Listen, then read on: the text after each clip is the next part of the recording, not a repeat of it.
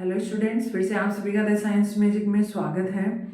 Organic chemistry का अपना chapter alcohol phenol ether चल रहा था, जिसमें लास्ट रिएक्शन डिहाइड्रेशन किया था। अपन ने डिहाइड्रेशन हो गया था, एसिडिफिकेशन हो गया था, और इसके बाद में ये वाली जो रिएक्शन है ये चल रही थी कि अल्कोहल जो है उसमें कार्बन ऑक्सीजन बॉन्ड ब्रेकिंग जो होता है वो कौन कौन सी रिएक्शन में होता है, तो वो वाली रिएक्शन चल रही थी।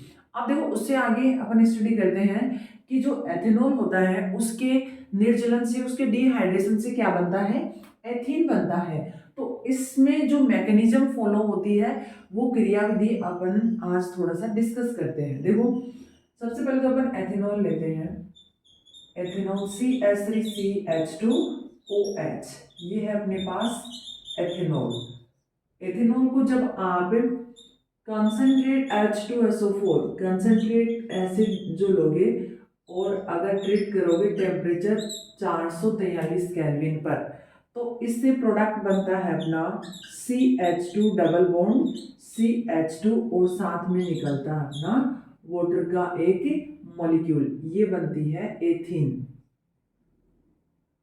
क्या बनता है प्रोडक्ट, एथीन बनता है। देखो, अब देखो इसकी मैकेनिज्म देखते हैं, मैकेनिज्म किस प्रकार से होती है।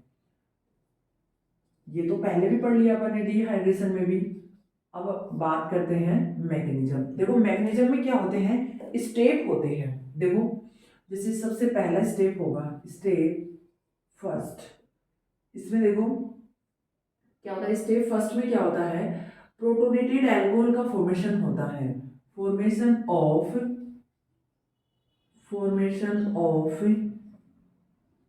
प्रोटोनेटेड एल्कोहल, प्रोटोनीकृत प्रोटोनीकृत एल्कोहल का निर्माण। पहला स्टेप जो है इसका इसका नाम है प्रोटोनीकृत एल्कोहल का निर्माण। कहने का मतलब ये हुआ सीधा सा कि भाई यहाँ पर जो एल्कोहल है उस एल्कोहल पे किसका अटैक होगा, प्रोटॉन का अटैक होगा, और वो प्रोटोनीकृत हो जाएगी।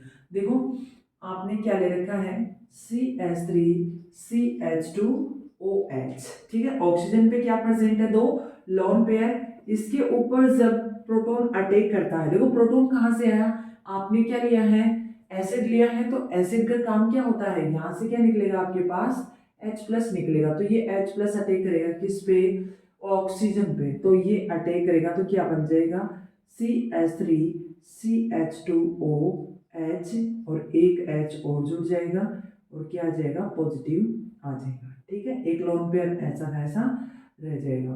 तो ये होता है प्रोटोनीकृत एल्कोहल। प्रोटोनीकृत एल्कोहल का निर्माण हो गया पहले स्टेप में। अब देखते हैं step second.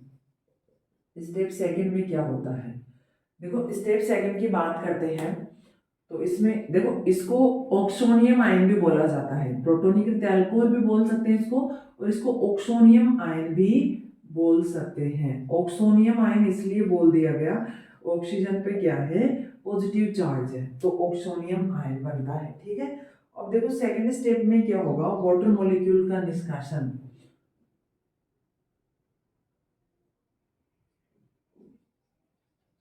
Removal of water molecule, जल के अणु का निष्कासन, जल के अणु का निष्कासन। देखो, जल के अणु का निष्कासन किस प्रकार से होता है। जल के अणु के निष्कासन की बात करते हैं तो देखो, ये जो प्रोटोनेटेड एल्कोहल बना था आपके पास CH3CH2OH, ठीक है।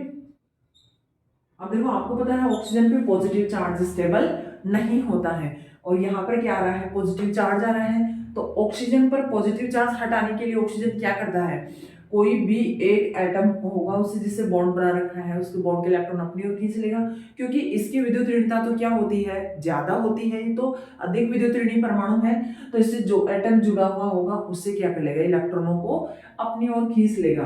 तो देखो, ये वाला बॉन्ड ब्रेक होगा और ये वाला बॉन्ड ब्रेक होके इलेक्ट्रॉन किधर आ जाएंगे, ऑक्सीजन पे आ जाएंगे। तो क्या बच जाएगा इधर, CH3CH2+, ठीक है। और यहाँ पर क्या निकल जाएगा, वाटर का मॉलिक्यूल निकल जाएगा। देखो ये क्या बनता है, प्रोडक्ट के रूप में जो बन रहा है इसको बोलेंगे कार्बोकेटायन। कहने का मतलब डिहाइड्रेशन की जो रिएक्शन होती है, जो निर्जलन की जो अभिक्रिया होती है, उनमें इंटरमीडिएट मध्यवर्ती क्या बनता है, कार्बोकेटायन बनता है। अब देखो यहाँ से एक चीज क्लियर होती है कि डिहाइड्रेशन की जो रेट होगी वो किस पर डिपेंड करेगी, जो इंटरमीडिएट बन रहा है आपका उसकी स्टेबिलिटी पर, जो कार्बोकेटायन बन रहा है उसके स्थायित्व पर निर्भर करेगा। जैसे आप लेते हो 1 degree alcohol, 2 degree alcohol, 3 degree alcohol, तो ऐसे क्वेश्चन आ जाए कि डिहाइड्रेशन रेट किसकी ज्यादा होगी।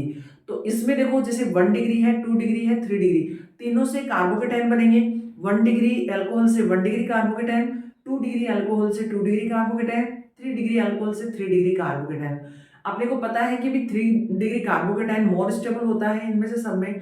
तो मोर स्टेबल होने के कारण 3 डिग्री अल्कोहल की जो रेट ऑफ डिहाइड्रेशन है, निर्जलन की जो क्रिया, निर्जलन की जो आप कहते हो कि भाई जो रेट है वो क्या होगी, सबसे ज्यादा होगी किसमें, 3 डिग्री में।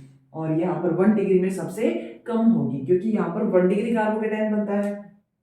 आगे देखो, आगे क्या होता है इसमें, जैसे ये कार्बोकेटायन बन गया। अब देखो अगले स्टेप में, स्टेप थर्ड की बात करें, step third,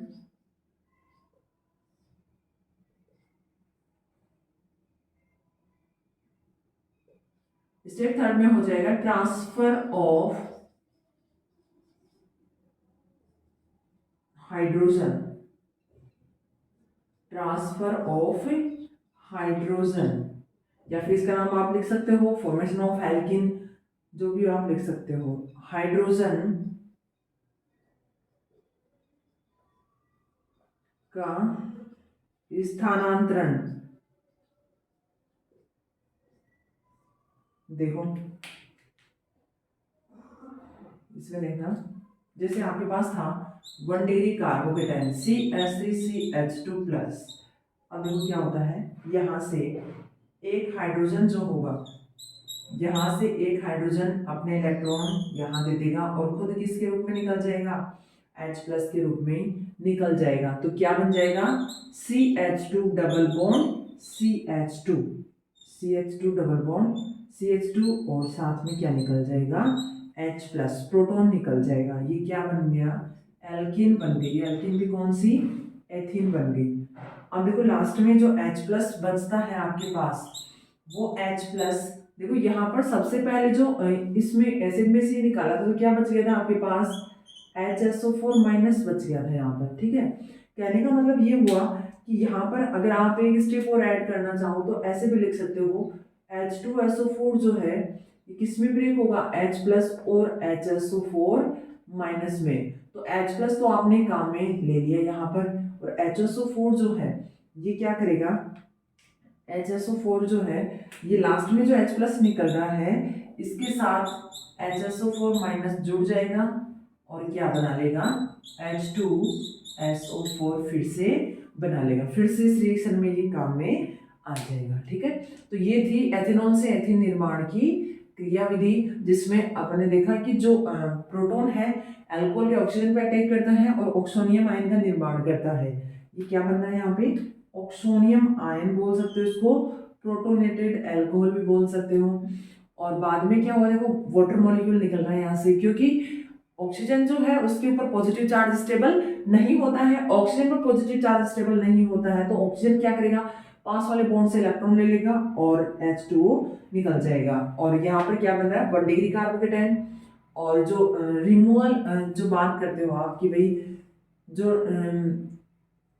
rate of dehydration, rate of dehydration जो होता है, निर्जलन की जो रेट होती है वो किस पे डिपेंड करती है, stability of, stability of carbocation, carbocation के स्थायित्व पर निर्भर करती है। ठीक है, जितना अधिक स्थायी आपका कार्बोकेटायन होगा रेट ऑफ डिहाइड्रेशन उतनी ही ज्यादा होगी। ठीक है, तो ये था डिहाइड्रेशन की मैकेनिज्म के बारे में। अब देखो चाहे आप 2 डिग्री लो चाहे आप 3 डिग्री लो, ठीक है, उनमें सब में यही होगा। ठीक है, ये मैकेनिज्म देखिए आपने, स्टेप यही रहेंगे उनमें भी। और डिहाइड्रेशन निर्जलन की जो रेट है वो किस पे डिपेंड करेगी, यहाँ पर जो मध्यवर्ती बन रहा है वो क्या बन रहा है, कार्बोकेटाइन बन रहा है, तो इसी पर ही निर्भर करेगी कि कार्बोकेटाइन कितना स्थायी बन रहा है, उतनी ही ज्यादा रेट ऑफ रिएक्शन होगी, रेट ऑफ डिहाइड्रेशन होगी। ठीक है, अगले रिएक्शन देखते हैं अब इसमें, ऑक्सीडेशन। अगली जो रिएक्शन आती है अपने पास वो आती है ऑक्सीडेशन, ऑक्सीकरण, ऑक्सीकरण, ऑक्सीडेशन।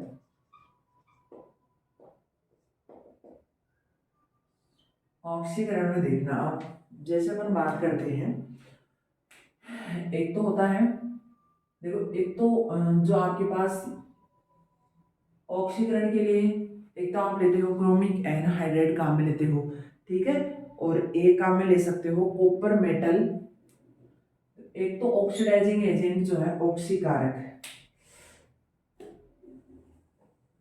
एक तो जो ऑक्सीकारक काम में लोगे, ऑक्सीकारक वो होंगे कॉपर और 573 केल्विन पर, ठीक है। और एक काम में लोगे आप chromic anhydride, chromic anhydride, hydride, और एक काम में लिया जाएगा पीसीसी, पिरिडीनियम, पिरिडीनियम क्लोरोक्रोमेट, क्लोरोक्रोमेट ये होता है, ठीक है। देखो ये तो होते हैं सारे दुर्बल ऑक्सीकारक होते हैं, ठीक है। ये क्या है, दुर्बल ऑक्सीकारक है, जो 1 डिग्री 2 डिग्री 3 डिग्री को किस में वो करते हैं, ऑक्सीडाइज करते हैं। एल्डिहाइड कीटोन और 3 डिग्री का ऑक्सीडेशन नहीं होता है, वो क्या होता है, उसमें एल्किन का फॉर्मेशन हो जाता है। अगर आप 573 केल्विन पर गर्म करोगे कॉपर की उपस्थिति में, तो 3 डिग्री अल्कोहल से क्या बन जाता है, एल्किन बन जाती है। और जैसे आप कोई प्रबल ऑक्सीकारक ले रहे हो, क्या ले रहे हो, प्रबल ऑक्सीकारक काम में ले रहे हो, प्रबल ऑक्सीकारक काम में लोगे, लाइक KMnO4, K2Cr2O7, K2Cr2O7, तो ये क्या कर देते हैं भाई, एल्कोहल जो होती है उसको किस में कन्वर्ट कर देते हैं, कार्बोक्सिलिक एसिड में कन्वर्ट कर देते हैं। किस में ऑक्सीडाइज कर देते हैं, कार्बोक्सिलिक एसिड में ऑक्सीडाइज कर देते हैं। तो ये पढ़ेंगे अपन सीक्वेंस से। देखो सबसे पहले बात कर लेते हैं अपन, कॉपर और 573 केल्विन पर गर्म किया आपने, ठीक है। तो इसमें क्या होगा, जैसे आपने 1 डिग्री अल्कोहल लिया,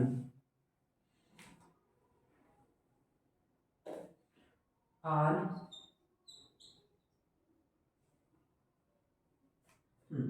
आर CH2OH, ये क्या है, 1 डिग्री एल्कोहल,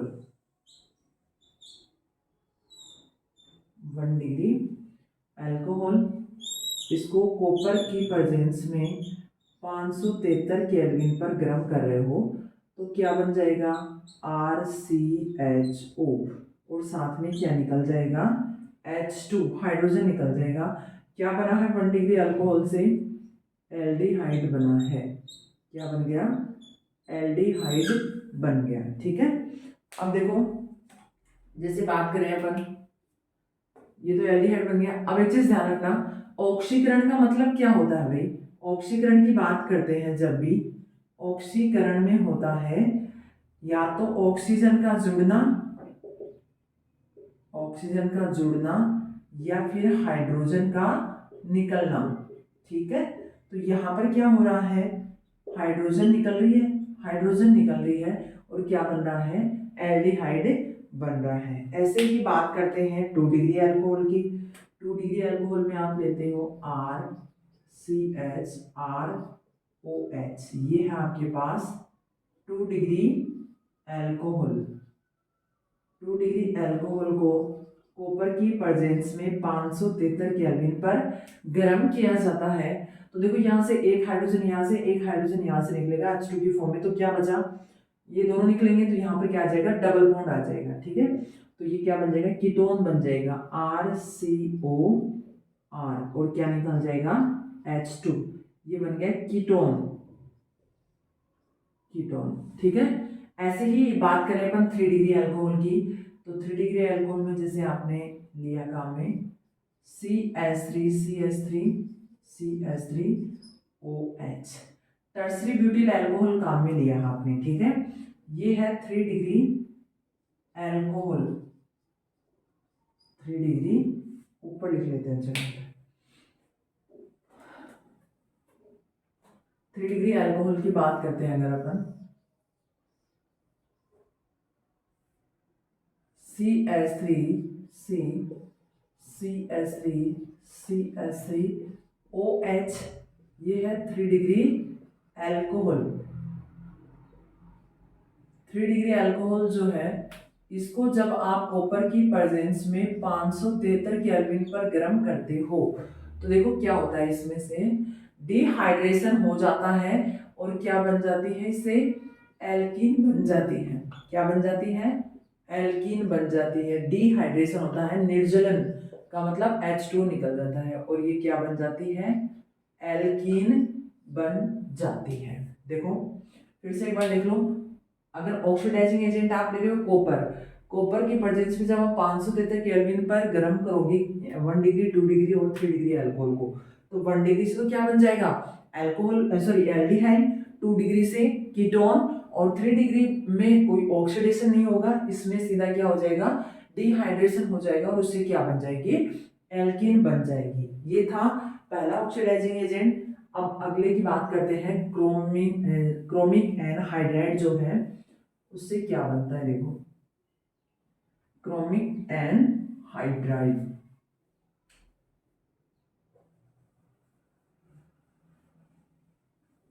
देखो क्रोमिक एनहाइड्राइड भी एक दुर्बल ऑक्सीकारक है, तो ये क्या करेगा, 1 डिग्री अल्कोहल को किस में कन्वर्ट करेगा, एल्डिहाइड में, और 2 डिग्री अल्कोहल को कीटोन में कन्वर्ट कर देगा। ठीक है, तो ये दोनों पढ़ लेते हैं अपन इसमें। देखो सेकेंड अपन बात करते हैं CrO3। ठीक है, इसकी प्रेजेंस में देखो क्या होता है, जैसे आपने लिया 1 डिग्री CH3 CH2OH, ये है 1 डिग्री अल्कोहल। 1 डिग्री अल्कोहल जो है, इसको जब आप ट्रीट करोगे कार्बन सॉरी क्रोमिक एनहाइड्राइड से, ठीक है, तो क्या बनेगा इसमें, CH3CHO, क्या बनेगा, एल्डिहाइड बनेगा, एल्डिहाइड बनेगा, और साथ में क्या निकल जाएगा, H2 निकल जाएगा। ठीक है, तो ये 1 डिग्री अल्कोहल के लिए था। और आगे बात करें 2 degree alcohol, CH3 CH2 CH3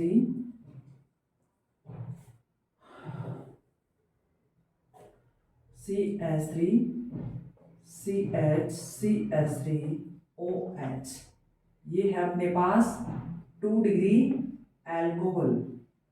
2 degree alcohol जो है, इसको भी क्रोमिक एनहाइड्राइड की प्रेजेंस में रखते हैं, तो क्या बन जाता है, CH3COCH3, कीटोन बन जाएगा, और क्या निकल जाएगी, हाइड्रोजन निकल जाएगी। ये क्या बन रहा है, कीटोन।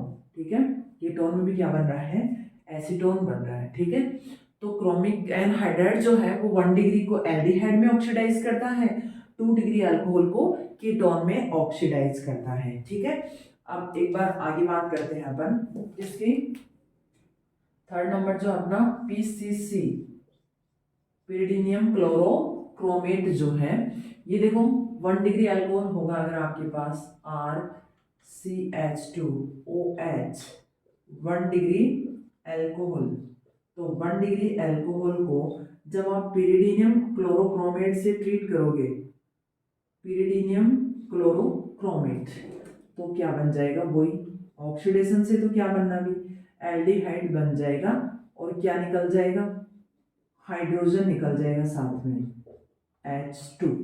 ठीक है, ये पीसीसी का काम था। देखो पीसीसी के स्ट्रक्चर जब आप देखते हो, पीसीसी में पीसीसी पिरिडीनियम क्लोरोक्रोमेट, पिरिडीनियम क्लोरोक्रोमेट इसका नाम है, क्रोमेट। तो इसकी स्ट्रक्चर की जब बात करते हैं तो एक तो पिरिडीनियम आ जाएगा, पिरिडीनियम, पिरिडीन तो देखो ये होता है, लेकिन ये बोल रहा है पिरिडीनियम, पिरिडीन तो देखो ये होता है पिरिडीन, लेकिन ये बोल रहा है पिरिडीनियम, कहने का मतलब प्लस चार्ज है इसके ऊपर, तो ये आ गया पिरिडीनियम क्लोरोक्रोमेट। ऑक्सीजन, ये ऑक्सीजन, ये ऑक्सीजन और एक साइड जुड़ा हुआ है, तो ये है, तो ये पॉजिटिव ये नेगेटिव, ये है पिरिडीनियम क्लोरोक्रोमेट। इसके प्रेजेंस में भी आप ऑक्सीडाइज करवाते हो 1 डिग्री अल्कोहल को, तो वो एल्डिहाइड में ऑक्सीडाइज हो जाती है। तो ये अपन ने देखे हैं कि जो अपने पास दुर्बल ऑक्सीकारक थे उनसे क्या क्या, ऑक्सीडेशन से क्या क्या बनता है। अब बात करेंगे अपन जो प्रबल ऑक्सीकारक थे, पोटेशियम डाइक्रोमेट जो था, और एक जो है अपना पोटेशियम परमैंगनेट K2Cr2O7 और एक है KMnO4। तो उनकी प्रेजेंस में जो अल्कोहल है उनके ऑक्सीडेशन से क्या बनता है वो देखते हैं। देखो जैसा कि मैंने पहले बताया था आपको कि जो प्रबल ऑक्सीकारक होंगे वो क्या बनाएंगे, ऑक्सीडाइज करके अल्कोहल से वो बनाते हैं कार्बोक्सिलिक एसिड। ठीक है, कार्बोक्सिलिक एसिड जो है वो अल्कोहल, देखो पहले तो अल्कोहल के ऑक्सीडेशन से कार्बोनिल ग्रुप ही बनेंगे, कार्बोनिल कंपाउंड ही बनेंगे, उसके बाद में ऑक्सीडेशन फिर से होगा और उससे क्या बन जाएगा, कार्बोक्सिलिक एसिड बन जाएगा। अब देखो कैसे बनता है, आपने क्या काम में लिया है, आपने काम में लिया है प्रबल ऑक्सीकारक। अब क्या लोगे, प्रबल ऑक्सीकारक, प्रबल ऑक्सीकारक स्ट्रॉन्ग ऑक्सीडाइजिंग एजेंट, जैसे KMnO4, K2Cr2O7। ठीक है, सबसे पहले बात कर लेते हैं अपन 1 डिग्री अल्कोहल की। चलो 1 डिग्री अल्कोहल जैसे आपने लिया CH3CH2OH, ये काम में लिया है 1 डिग्री अल्कोहल। देखो इससे क्या बनेगा, इसको जब आप KMnO4 की प्रेजेंस में क्या होगा, इसका ऑक्सीडेशन होगा और क्या बन जाएगा, पहले तो क्या बनेगा, एल्डिहाइड ही बनेगा, पहले तो क्या बन जाएगा, एल्डिहाइड बनेगा और फिर से ऑक्सीडेशन होगा KMnO4, ये तो स्ट्रॉन्ग ऑक्सीडाइजिंग एजेंट है, तो फिर से ऑक्सीडेशन होगा तो क्या बन जाएगा, जितने कार्बन का आपके पास एल्डिहाइड है उतने ही कार्बन का क्या बन जाएगा, आपके पास एसिड बन जाएगा। तो क्या बन गया ये, कार्बोक्सिलिक एसिड, कार्बोक्सिलिक अम्ल, कार्बोक्सिलिक अम्ल। ठीक है, अब देखो 1 डिग्री अल्कोहल कौन सा लिया आपने, एथेनॉल काम में लिया है, ये क्या था, एथेनॉल था, और इससे क्या बना है आपके पास, पहले एसिटेल्डिहाइड बना है, एसिटेल्डिहाइड बना है, और लास्ट में क्या बना है, एसिटिक एसिड बना है, एसिटिक अम्ल बना है। ठीक है, अब देखो ऐसे ही अपन बात करते हैं 2 डिग्री अल्कोहल की। 2 डिग्री अल्कोहल काम में लोगे CH3OH, इसको भी KMnO4 की प्रेजेंस में इसका भी जब ऑक्सीडेशन होता है तो पहले तो क्या बनेगा, कीटोन बन जाएगा CH3CO, ठीक है, और फिर से आप जब ऑक्सीडेशन करवाओगे तो क्या बनेगा, अब देखो जितने कार्बन का आपके पास, देखो इस प्रकार से इसमें ब्रेकिंग होती है तो क्या बन जाएगा, CH3, 2 कार्बन का तो इधर एसिड बन जाएगा और एक कार्बन का इधर बन जाएगा फॉर्मिक एसिड। ठीक है, ये क्या बना है आपके पास, एसिटिक एसिड बना है। ये तो क्या बना है देखो, एसिटिक एसिड, एसिटिक अम्ल, और ये बना है फॉर्मिक एसिड, फॉर्मिक अम्ल। इधर क्या बना है, एसीटोन बना है, और ये क्या था आपके पास, ये था isopropyl alcohol, isopropyl propyl alcohol. अब देखो ये तो 2 डिग्री तक का काम हो गया, ठीक है, ये क्या है 2 डिग्री एल्कोहल है। अब देखो 3 डिग्री एल्कोहल में क्या होता है, 3 डिग्री एल्कोहल में भी बनेगा क्या, एसिड बनेगा, ठीक है। देखो जैसे आपने लिया 3 डिग्री एल्कोहल, CH3,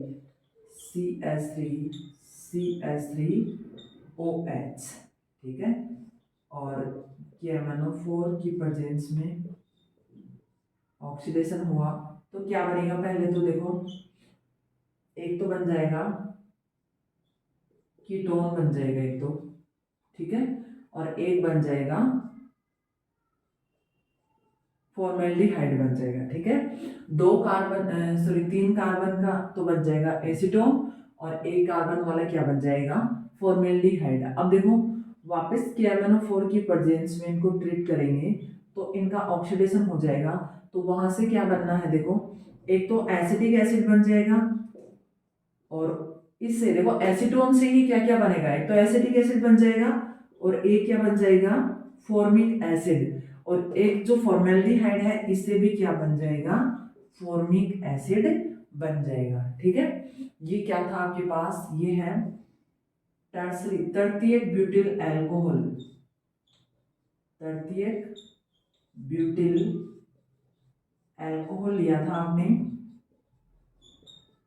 तृतीयक ब्यूटिल एल्कोहल, और ये बना है एसीटोन, और साथ में बना है फॉर्मेल्डिहाइड, फॉर्मेल्डिहाइड, और एसिटिक अम्ल, एसिटिक अम्ल, और ये बने हैं फॉर्मिक अम्ल,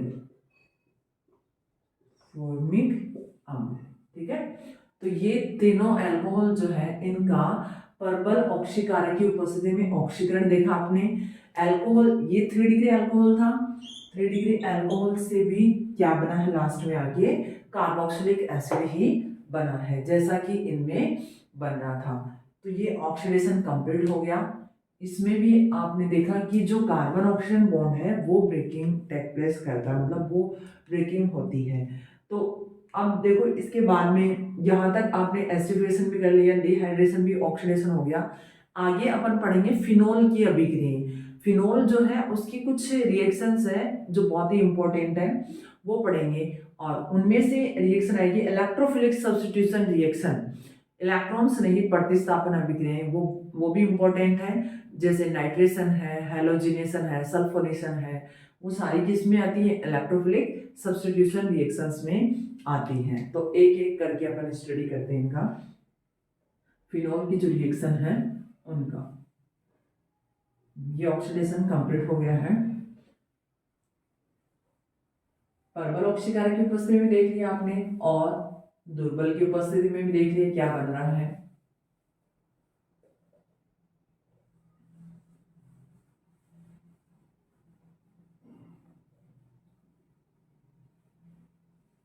आगे बढ़ेंगे अपन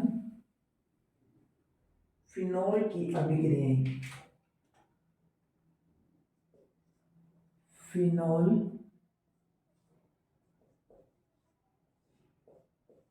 की अभिक्रियाएं, फिनोल की कौन कौन सी अभिक्रियाएं हैं वो पढ़ेंगे। Reaction of, reactions of phenol. देखो इसमें पहली पढ़ेंगे अपन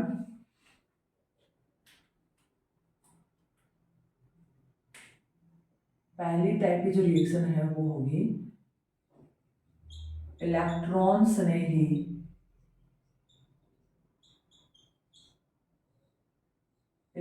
स्नेही प्रतिस्थापन अभिक्रिया। प्रतिस्थापन अभिक्रिया।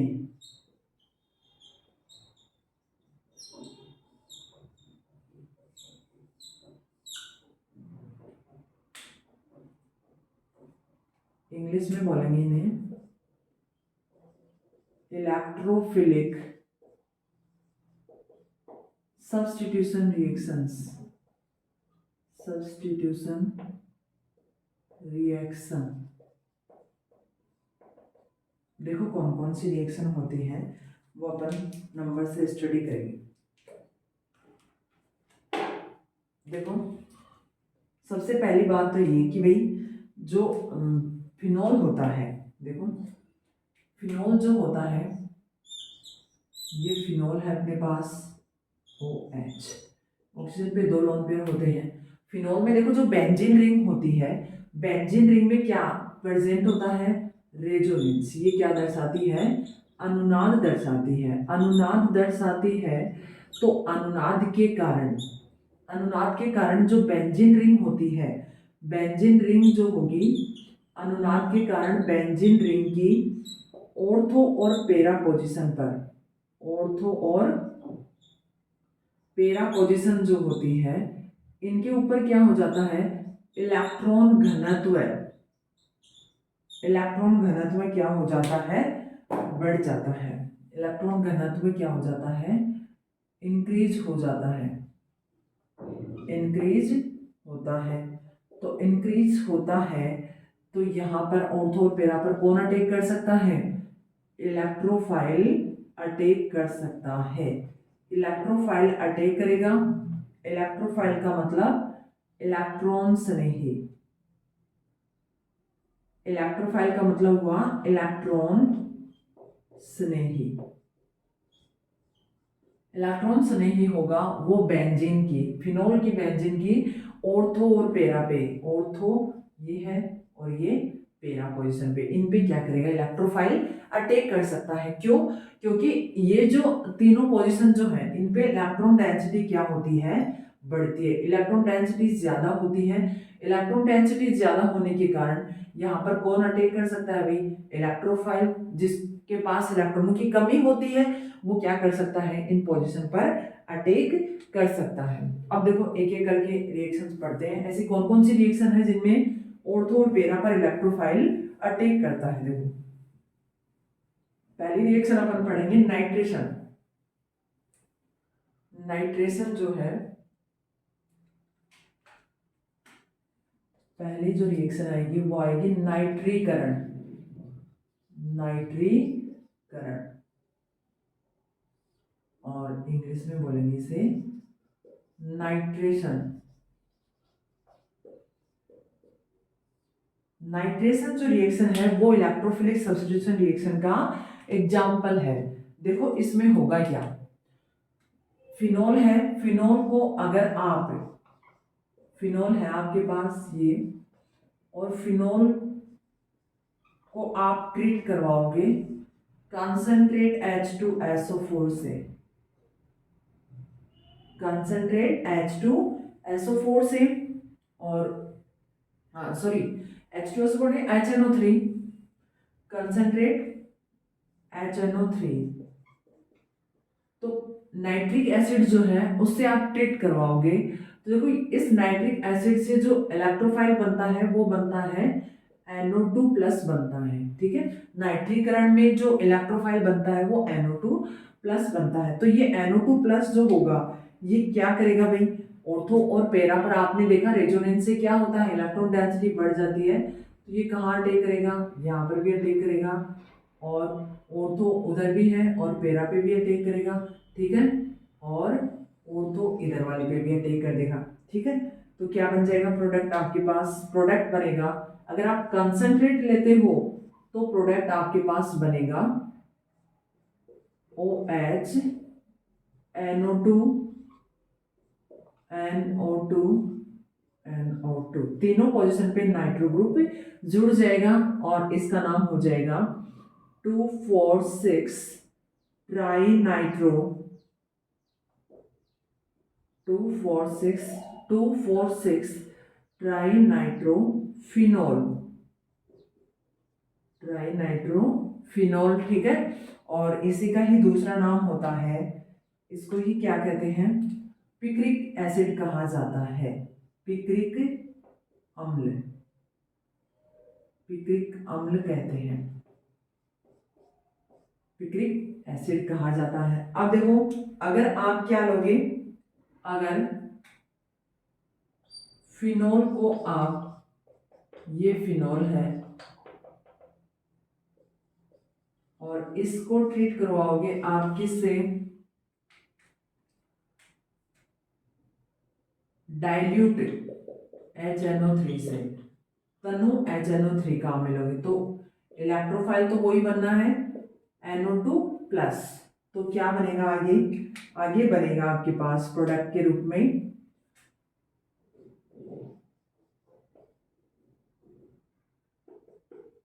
OH, एक तो ऑर्थो नाइट्रोफिनॉल बन जाएगा और एक बन जाएगा आपके पास पेरा नाइट्रोफिनॉल, ये पेरा नाइट्रोफिनॉल। ठीक है, प्रोडक्ट के रूप में बन रहा है अपने पास, या तो लिख सकते हैं अपन 2 नाइट्रोफिनॉल या फिर ऑर्थो नाइट्रोफिनॉल,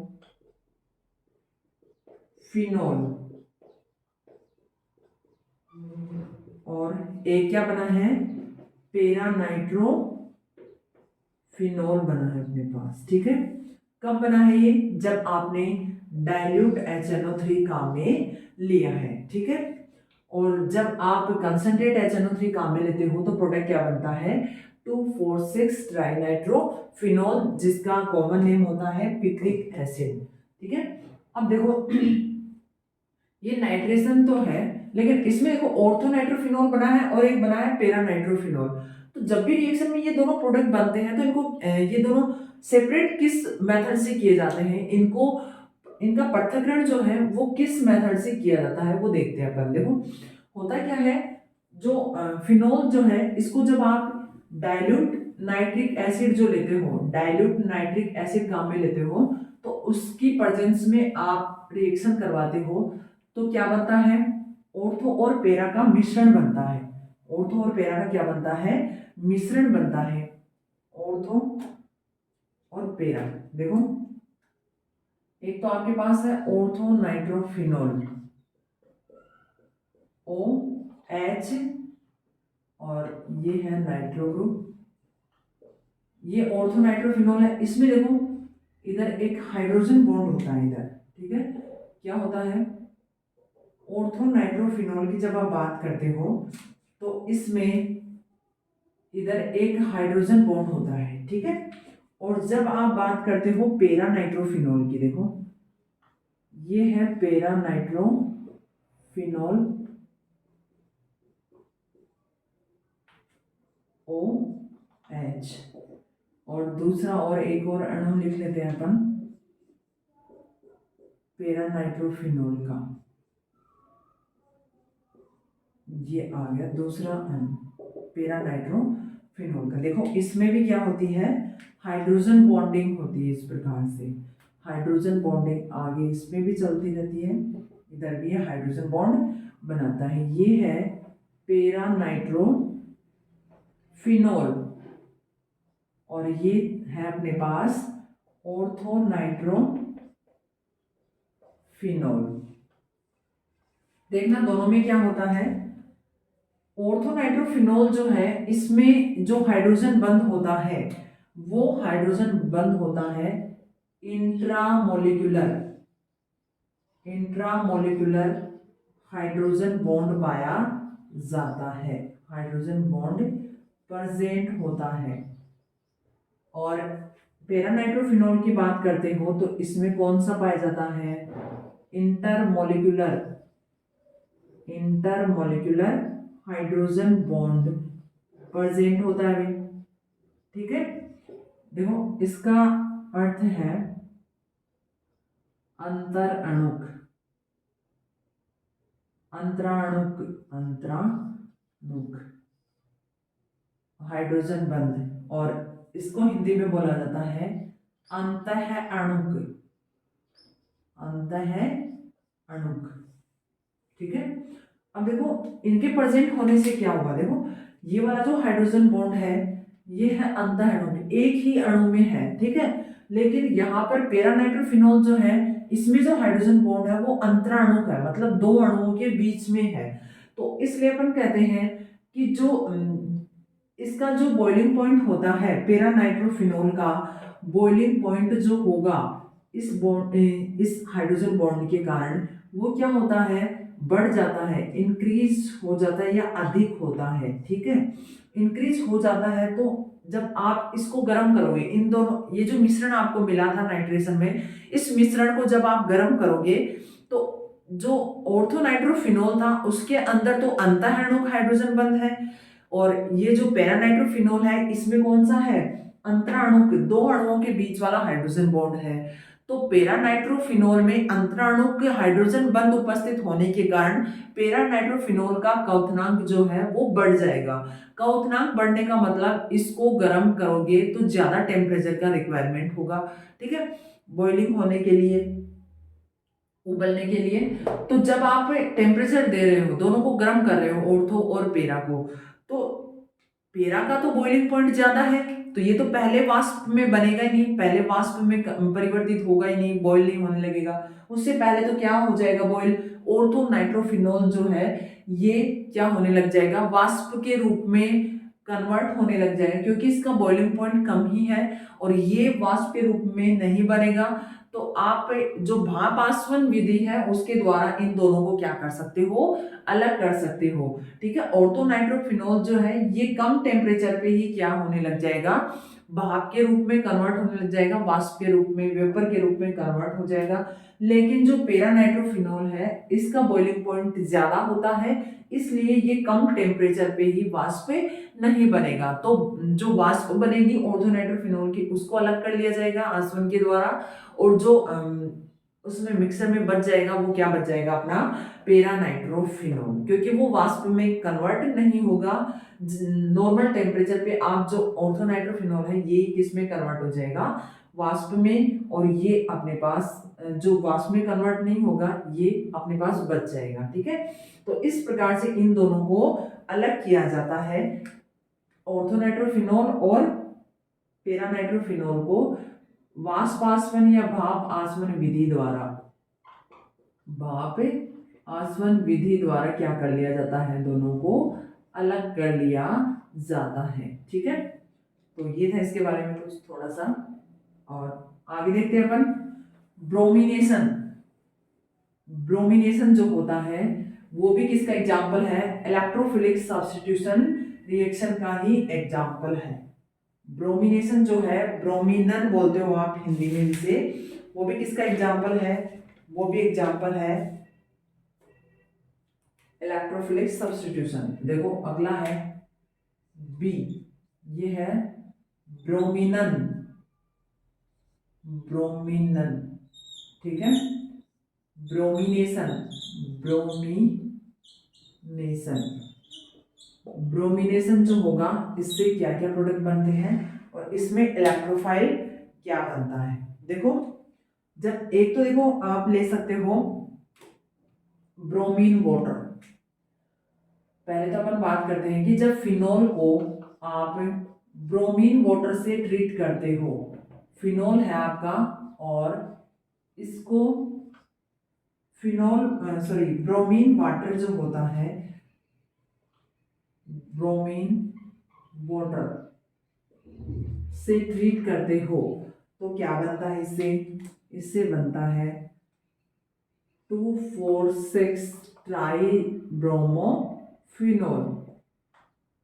2 पोजीशन पे भी ब्रोमो, 4 पोजीशन पे भी ब्रोमो और 6 पोजीशन पे भी ब्रोमो। कब, जब आप फिनॉल को ट्रीट करते हो ब्रोमीन वाटर से तो प्रोडक्ट क्या बनता है, 2,4,6 tri bromo, tri bromo phenol.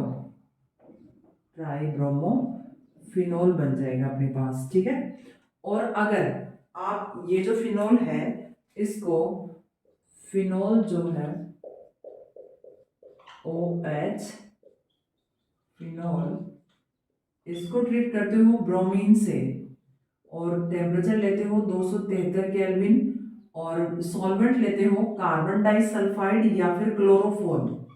Chloroform या कार्बन डाइसल्फाइड में जब आप ब्रोमीन को लेते हो और टेम्परेचर क्या रखते हो 273 केल्विन, तो अपने पास जो प्रोडक्ट बनता है वो बनता है, एक तो ऑर्थोब्रोमोफिनोल बन जाएगा और एक क्या बन जाएगा, पेराब्रोमोफिनोल बन जाएगा प्रोडक्ट के रूप में। ये क्या बनेगा, ऑर्थोब्रोमोफिनोल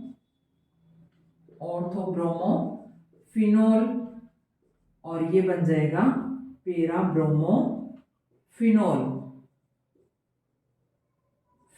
ठीक है।